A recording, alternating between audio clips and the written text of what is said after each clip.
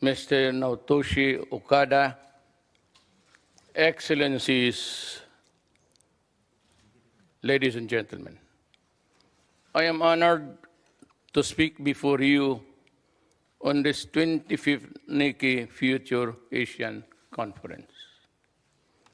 I am glad to be back in Tokyo during an auspicious period when Japan ushers a new era, and I congratulate His Majesty Emperor Naruhito on his succession to the throne.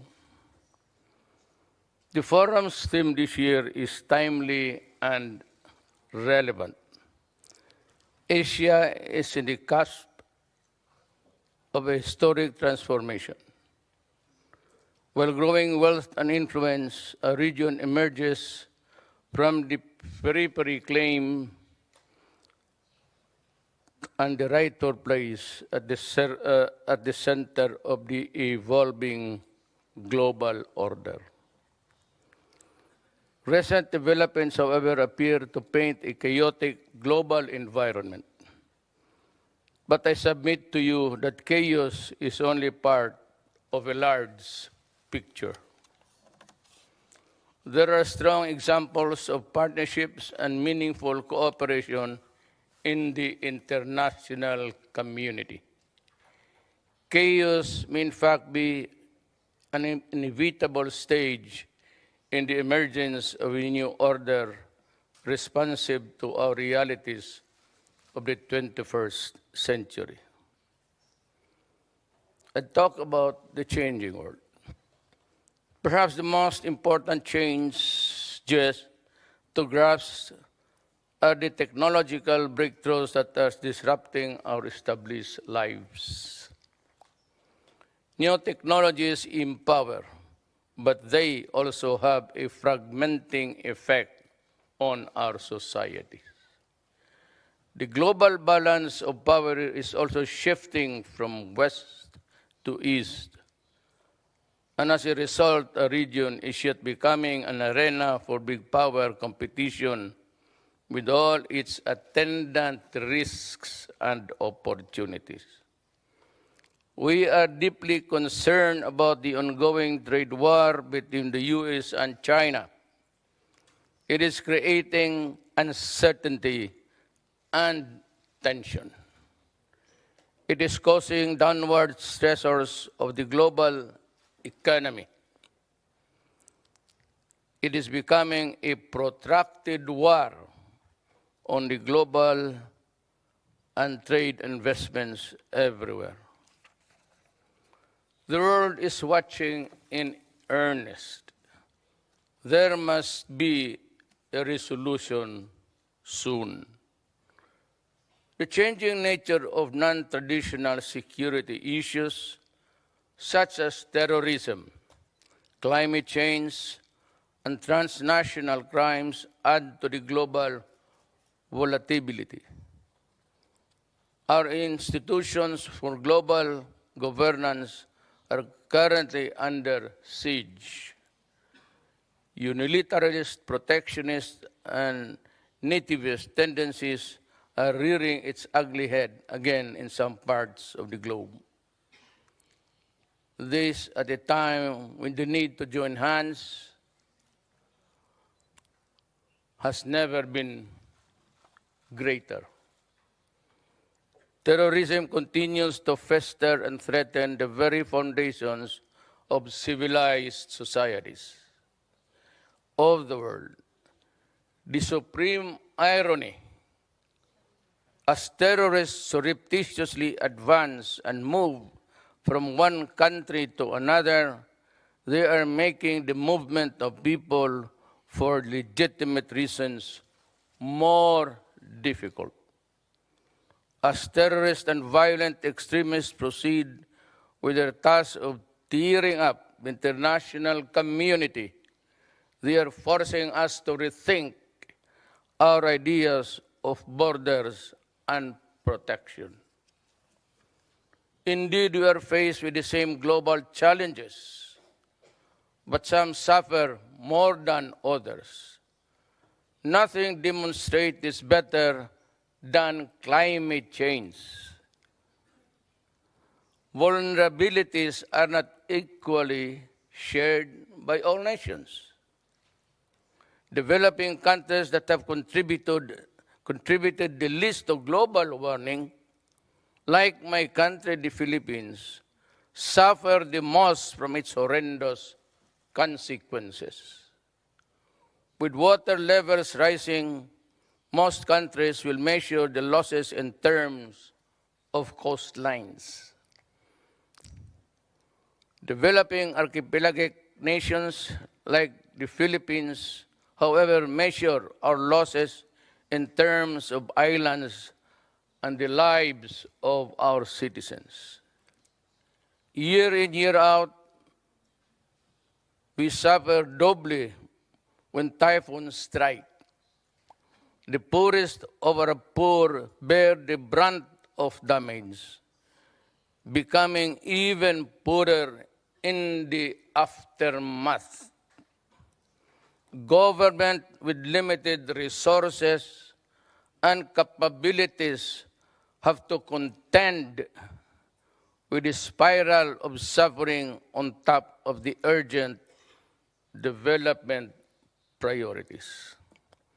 This vicious cycle is real, and indeed it must end. There has to be a way. When the lives of millions hang in the balance, there has got to be a way. The Philippines joined the global consensus to fight climate change. We hope that this consensus would hold and real action be undertaken, especially by those most responsible for this monumental problem. Government must comply with obligations beyond our constituency. The problem of the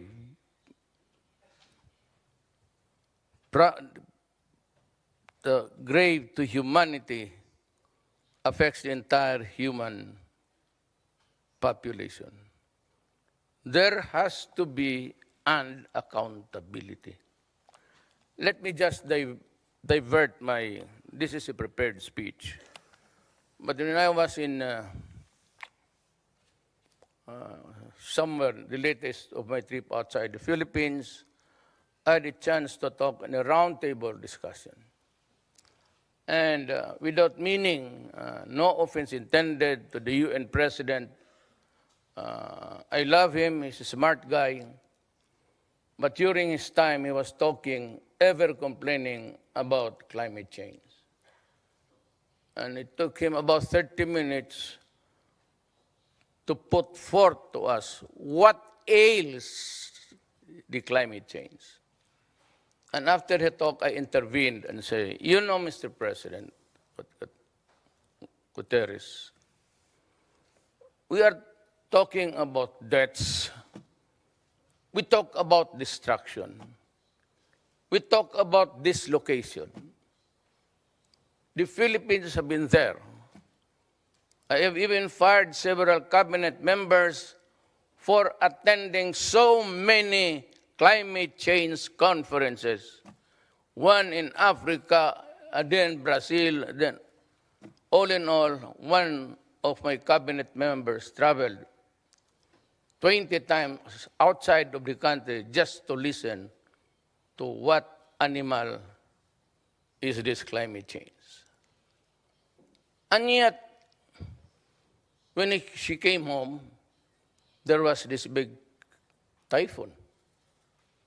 And she was not able to land in the Philippines. And for all of these things, climate change everywhere, every philosophical discipline have talked about this.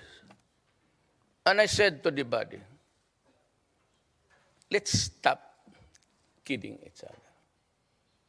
Or else we are just wasting the time and the money of the people coming back and forth to these conferences, which has not improved a bit since we started to talk about it, as it was maybe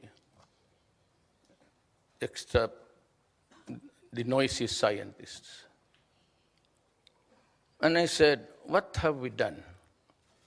From the first meeting to the last? None. My country facing the Pacific Ocean. It is the window, as a matter of fact, facing the Pacific Ocean. And every warning there, heating up, causes typhoons, and the Philippines would have had its share of lives and property lost. And then again this year, there's a coming conference of climate change. Then I posed this question. Maybe we will attend, maybe we will not. America has not signed the treaty. China got out of it. I don't think Russia is happy with its membership there.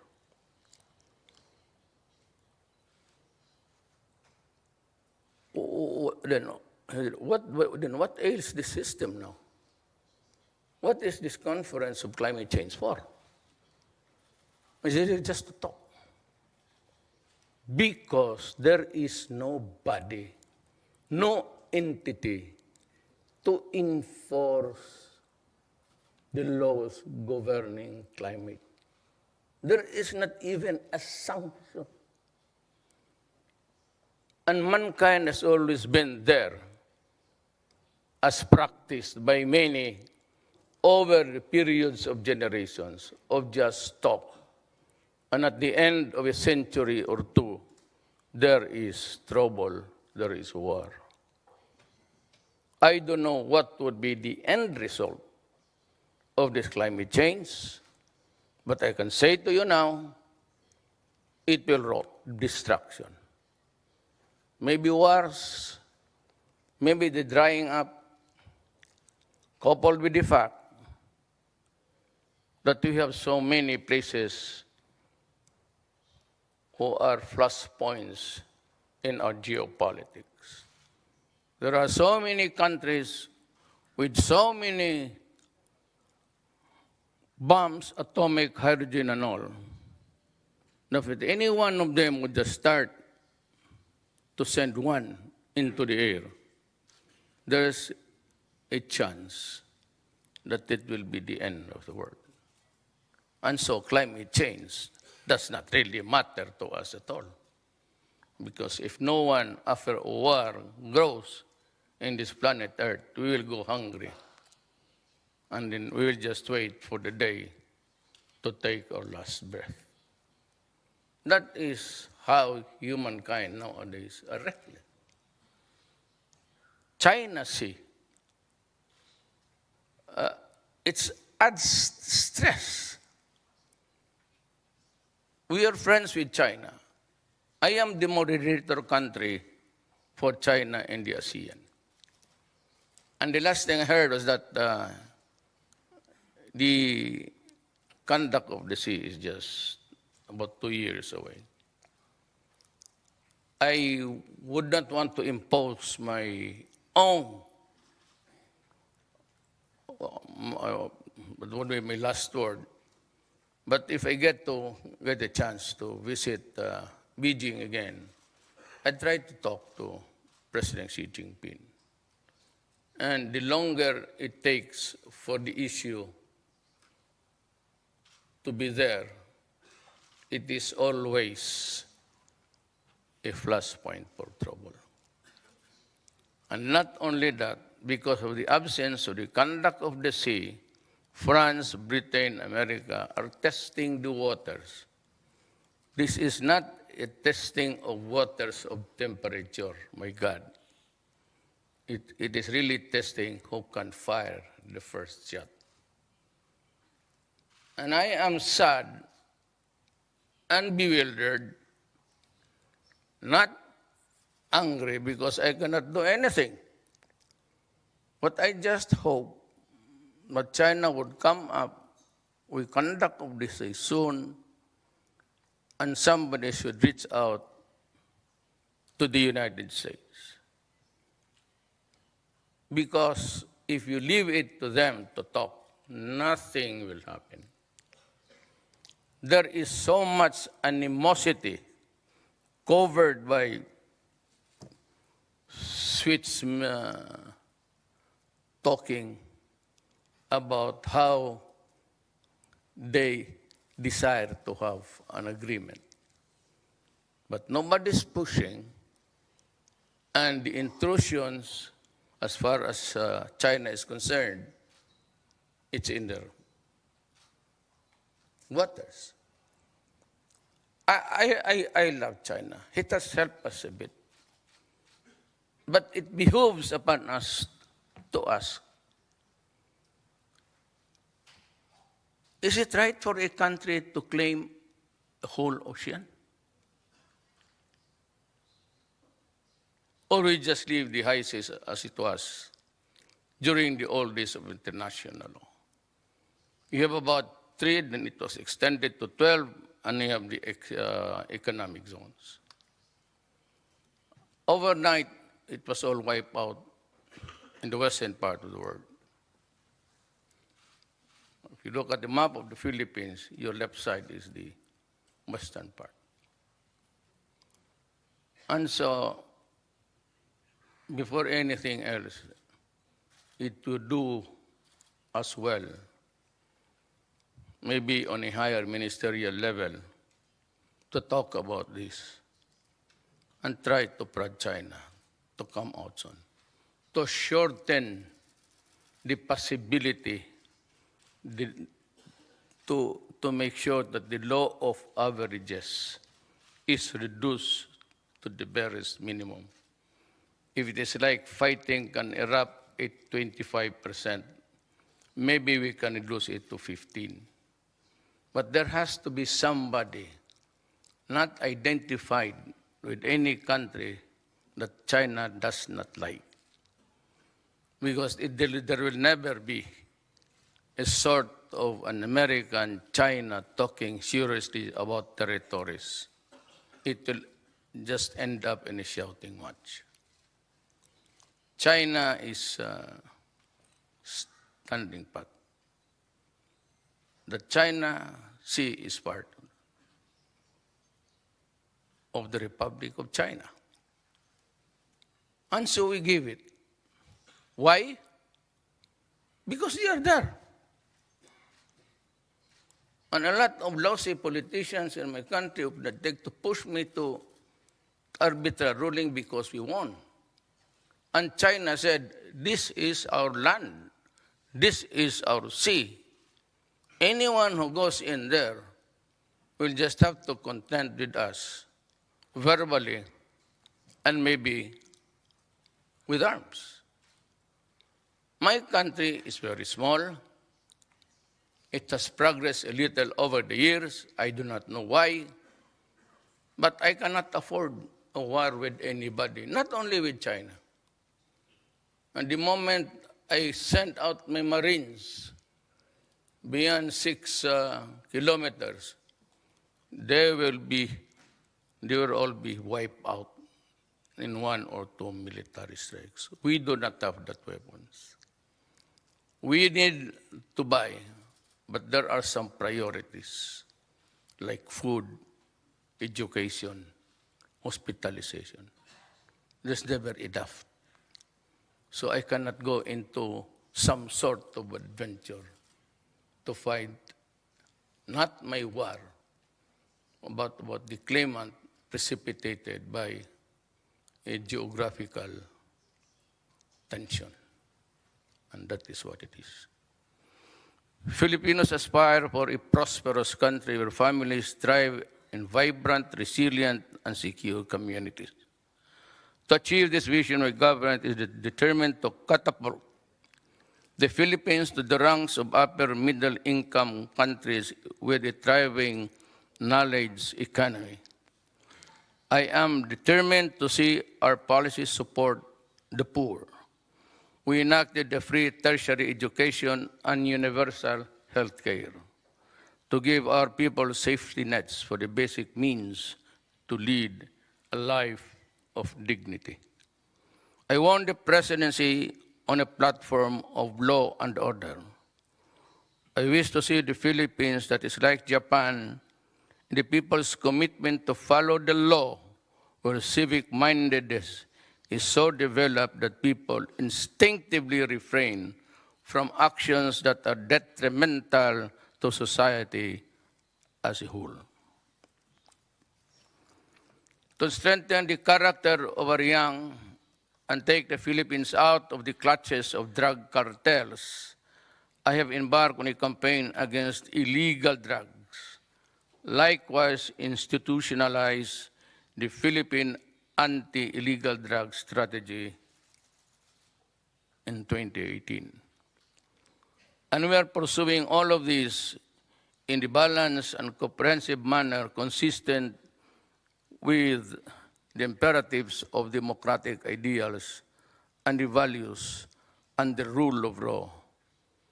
We will not be deterred in pursuing this task.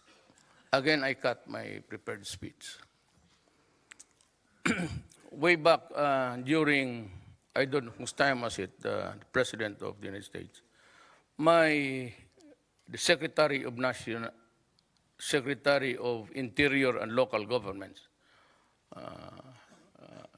Secretary Alunan, he's a bright guy. I think he's a CIA.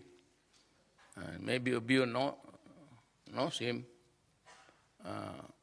How many CIAs are here today? Nobody? Such pretensions. Well, he was called by the DEA of the United States. And he was warned. And the DEA said, at the rate your country is being swallowed by drugs, we would not be surprised that you will end up in narco state in a short while. When he went back to the Philippines, he called for all the mayors and governors and told us that. That was during Marcos's time. That would be something like 15, 16 years ago. And it was not until after I became president that the ugly head reared and the contamination of my people numbered into 1,600,000. But that was only the count in Manila, the capital city. We did not count the number of addicts and people who are drunk with shabu, meth, in the provinces. I would simply say that about 7. I have 7 million countrymen who are slaves now at this modern day and age. They are slaves to a drug called shabu. Shabu is the poor man's drug. It's cheap to manufacture. Cocaine belongs to the rich. Well, I'm sure that I have 5 minutes. Who's the next crowd waiting? Because if they are not as beautiful as you, I'd rather, well, anyway, I said. And over the years, we saw city mayors, governors. Well, of course, they are all dead. I mean, I became president, as was my sloganeering when I was mayor. For 23 years in Davao, I said, do not destroy my country, because I will kill you. Do not force my children to eat methamphetamine, because I will kill you. You make them crazy. You make them inutile. They're nothing but, they just lie there and they die there. And one The father loses to drugs. The entire family collapses. So there are millions of dysfunctional families in my country. And I said, I'd be frank with you. Do not do it in the Philippines. I will kill you, period. I also intend to ensure that Mindanao, the long-neglected part of the country where I hail from, will realize its full potentials. Among the most positive development is the ratification of the Bansang Organic Law. We are now having a relatively peaceful central Mindanao, where the Moro, or most of the Muslim populations are there. We are now in the process of transition. In 2017, after a harrowing and arduous fight against terrorists, we liberated Marawi. Construction is ongoing. Do not worry, all the donors of the country, your money is in the bank. They're all pledges. And the money that Japan and everybody contributed are all accounted for. We have not spent the foreign aid assistance. We spent first our own money. I assure you, the bank has the money, Central Bank of the Philippines. In 2017, reconstruction is ongoing, and I thank the government of Japan for its enduring commitment over many decades to build a peaceful and resilient Mindanao. Through good governance, we have created an enabling environment that allows businesses and investment to prosper. We have initiated a comprehensive tax reform program. We're strengthening domestic policies to promote ease of doing business and competitiveness. The Philippines has embarked on a massive changing infrastructure program dubbed as Build, Build, Build. We aim to increase infrastructure spending 5% of our GDP and usher in a golden age of infrastructure development in my country. In all these respects, Japan is a reliable, responsible, relevant partner. We value Japan's recipient-driven approach to cooperation and development. I am proud to note that our engagement with Japan is an exercise of responsible partnership. It is one that empowers rather than fosters dependency. It is underpinned by friendship, reconciliation, deepening through the years by mutual respect and understanding. This is the kind of relationship you seek with other countries, big or small. We must build, I have 3 more pages to read. I do not. Well, I'll just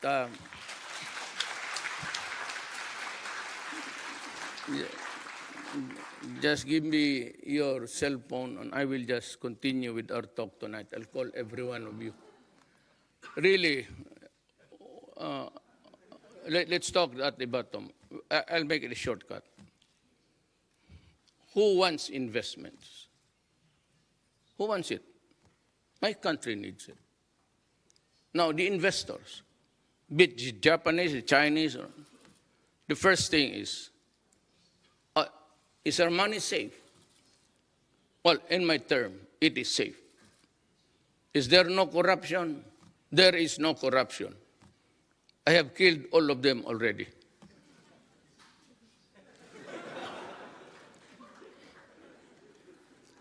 Some, but not all. And that is your first question. Are money safe? Is the environment good? I said, if you are an investor, I'm sure that you have a local partner or an agent or somebody, just an errand boy.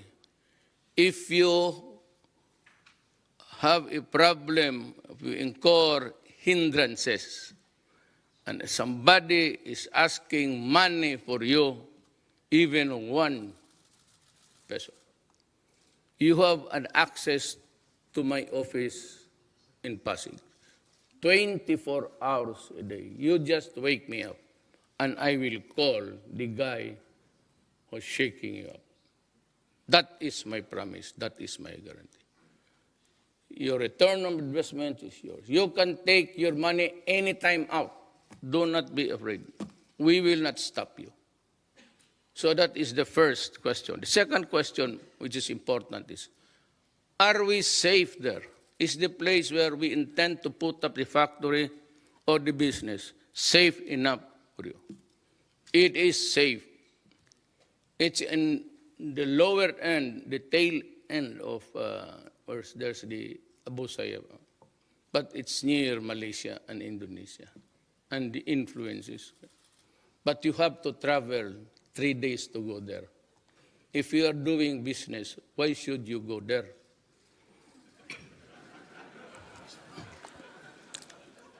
And please conclude speech. Ladies and gentlemen, we love